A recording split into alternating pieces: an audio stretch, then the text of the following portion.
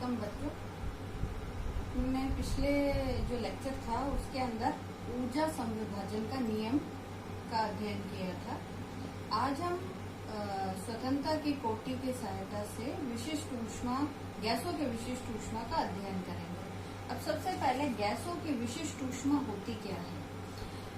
Gas में दो प्रकार के विशिष्ट ऊष्मा हम डिफाइन कर सकते हैं। एक का नाम हम देते हैं सीपी और दूसरे का नाम देते हैं सीवी, यानी स्थिर आयतन पर विशिष्ट ऊष्मा और स्थिर दाब पर विशिष्ट ऊष्मा। अब विशिष्ट ऊष्मा वास्तव में होती क्या है। किसी 1 ग्राम गैस को 1 डिग्री ताप से 1 डिग्री ताप बढ़ाने पर जितनी ऊष्मा हमें उसे प्रदान करनी पड़ेगी वो उस गैस की विशिष्ट ऊष्मा कहलाती है। क्योंकि गैस के अंदर ताप जो है वो पर डिग्री बढ़ाने के लिए 2 तरीके से हम बढ़ा सकते हैं। या तो हम उसका आयतन स्थिर रख ले या उसका दाब स्थिर रख ले। तो दोनों ही, अगर आयतन स्थिर रखा जाता है तो सीवी परिभाषित की जाती है और दाब स्थिर रखा जाता है तो सीपी परिभाषित की जाती है। हमने पहले की उसमें पढ़ रखा है कि जो गामा है वो सीपी अपॉन सीवी होता है, यानी दोनों गैसों की विशिष्ट ऊष्मा का अनुपात को हम गामा कहते हैं, जो कि कांस्टेंट होता है विभिन्न गैसों के लिए। आज हम जो हमारी गतिज ऊर्जा का जो ऊर्जा संविभाजन का नियम है उसकी सहायता से हम विशिष्ट ऊष्मा का सूत्र निकालेंगे। तो इसमें हम सबसे पहले क्या मान लेते हैं, माना एक आदर्श गैस। अब ये देखो, इस पूरे चैप्टर में जो भी हम पढ़ाई कर रहे हैं वो आदर्श गैस के लिए कर रहे हैं, वास्तविक गैसों के लिए नहीं कर रहे, आदर्श गैस के लिए। तो हम सबसे पहले 1 ग्राम अणु के कोई आदर्श गैस ले लेते हैं और जिसका परमताप T है, और ये मान लेते हैं गैस में कैपिटल N अणु है, एवोगैड्रो नंबर के बराबर उस गैस में अणु उपस्थित है। अब चूंकि गैस आदर्श है, आदर्श गैस में क्या होता है, संपूर्ण गतिज ऊर्जा जो होती है वो उसकी आंतरिक ऊर्जा के बराबर होती है।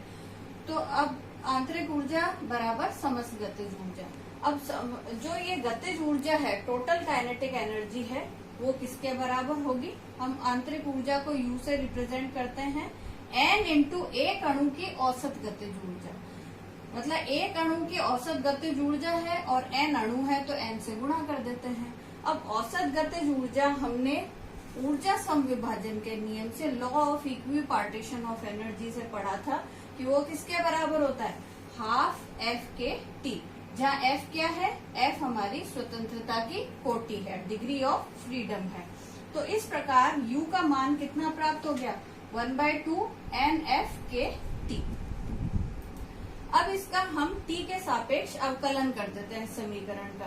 तो समीकरण का अवकलन करने पर हमारे को प्राप्त होगा F/2 N इंटू के।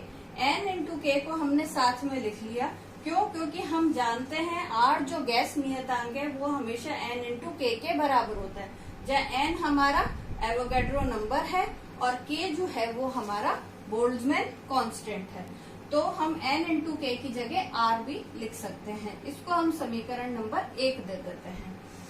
अब मान लो कोई जो ये गैस लिए हमने, उसके ताप में dt वृद्धि की जाती है, और किस पर की जाती है, स्थिर आयतन रखकर dt वृद्धि की जाती है। इससे गैस की जो आंतरिक ऊर्जा है उसमें वृद्धि हो जाएगी du के बराबर।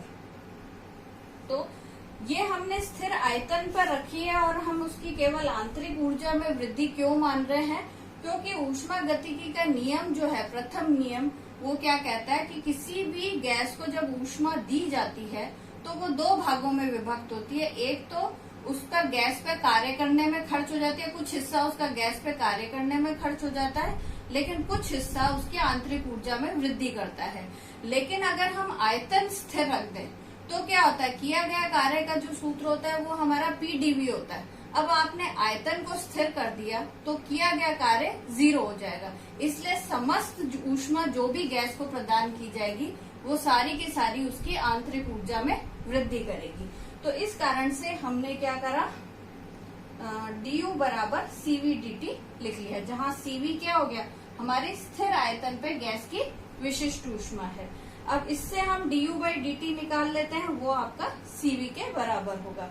अब समीकरण 1 और 2 की लेफ्ट हैंड साइड बराबर है, इसलिए राइट हैंड साइड को बराबर कर देते हैं। तो उससे आपका सीवी का सूत्र आ गया, सीवी बराबर F/2 इंटू आर। अब एक सूत्र है जो हमने पूर्व में पढ़ रखा है, वो है मेयर्स फॉर्मूला।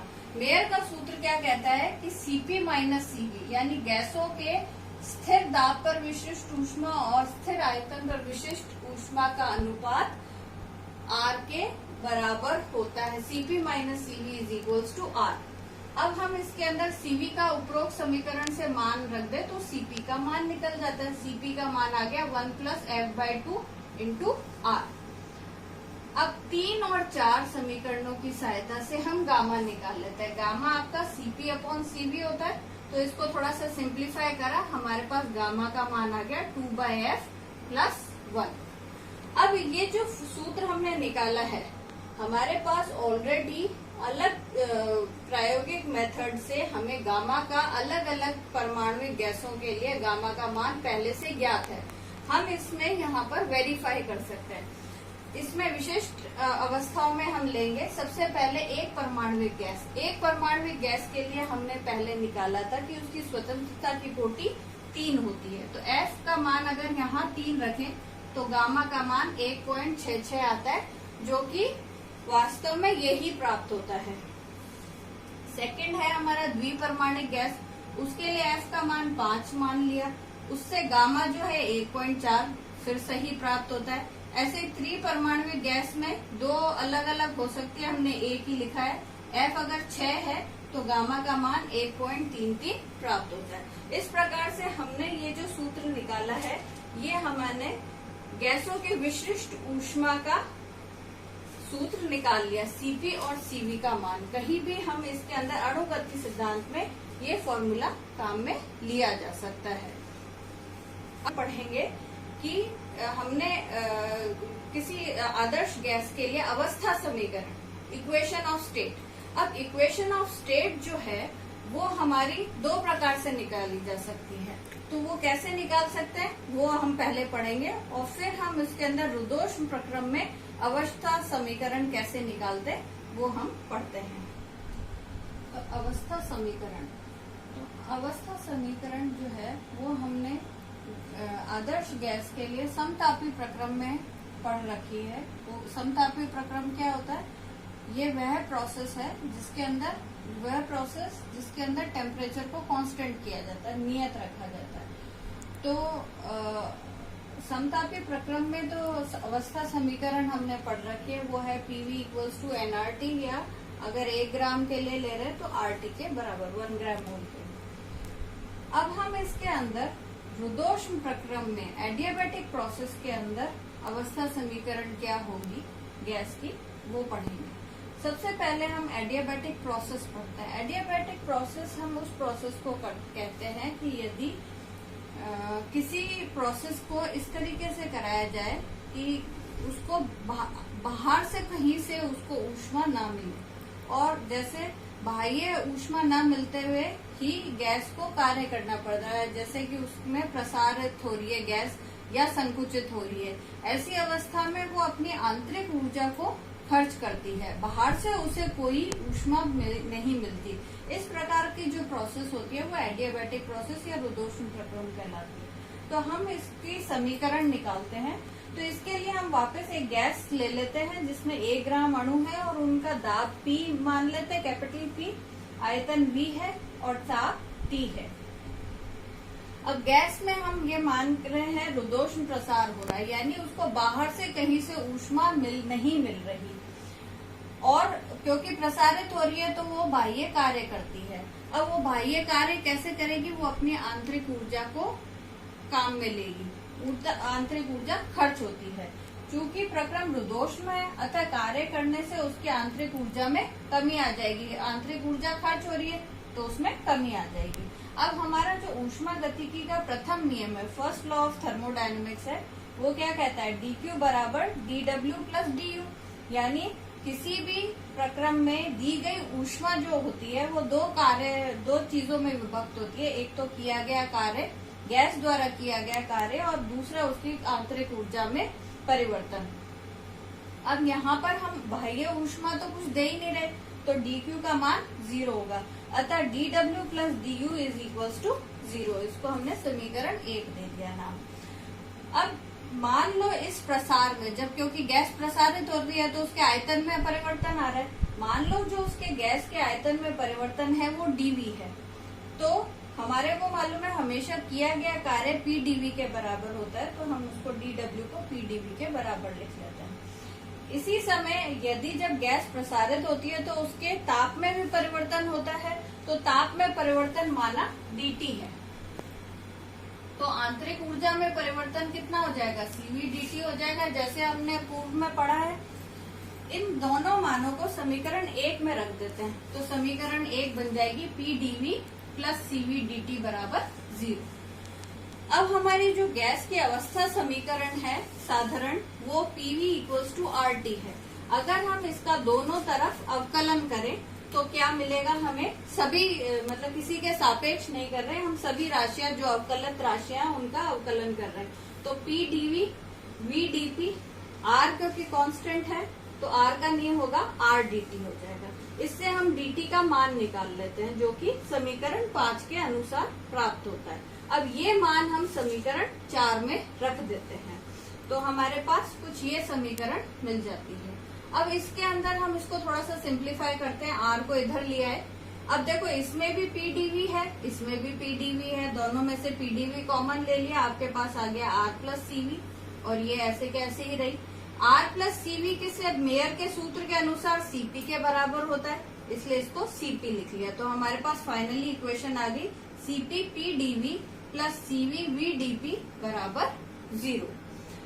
अब इसके अंदर इस समीकरण में हम इस राशि का भाग लगा देंगे, cv pv, इस राशि का पूरी समीकरण से भाग लगा देंगे, तो कोई फर्क नहीं पड़ता। अगर हम भाग लगा देते तो समीकरण में कोई परिवर्तन नहीं आता, लेकिन यहाँ पर जब हम करेंगे तो यहाँ cp अपॉन cv आएगी, p कैंसिल हो गया, v रह गया। ऐसे ही इसमें ये बाकी राशियां कैंसिल हो गई, खाली p रह गया। अब हम दोनों इसको cp अपॉन cv को गामा लिख लिया, तो फाइनली हमें इक्वेशन क्या प्राप्त हो गई, gamma dv upon v plus dp upon p बराबर 0।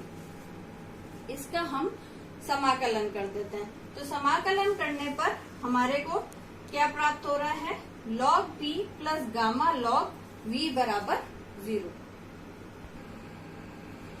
तो हमारे को समाकलन कर दिया, तो समाकलन करेंगे तो 1/v dv इसका log आ जाएगा, तो ऐसे ही इसके अंदर हम क्या आ जाएगा, log p plus gamma log v equals to constant. log में दोनों को कॉमन ले लेते तो ये आ जाएगा pv raise to power gamma is equals to constant, ठीक है। और हम इसका एंटी लॉग अगर हम ले तो एंटी लॉग लेने पर क्या हो जाएगा, pv raise to power gamma is equals to constant, जो कि हमारी रुद्धोष्म प्रक्रम में अवस्था समीकरण कहलाती है। अब इस अवस्था समीकरण को हम अलग अलग रूपों में भी लिख सकते हैं। आप चाहें तो इसको t और v के रूप में लिख सकते हैं, आप चाहें तो इसको p और t के रूप में भी लिख सकते हैं। इनका परिवर्तन भी हम करके देख सकते हैं। सीधा से इनमें परिवर्तन करने के लिए हम क्या करेंगे, हम इस समीकरण को काम में लेंगे, pv बराबर RT। मान लिया हमारे को t और v के बीच में समीकरण क्या होगी, अवस्था समीकरण वो निकालनी है, तो इसके लिए हमें p को हटाना पड़ेगा। तो हम p का मान यहाँ से इस समीकरण से कितना लिख देंगे, RT अपॉन v।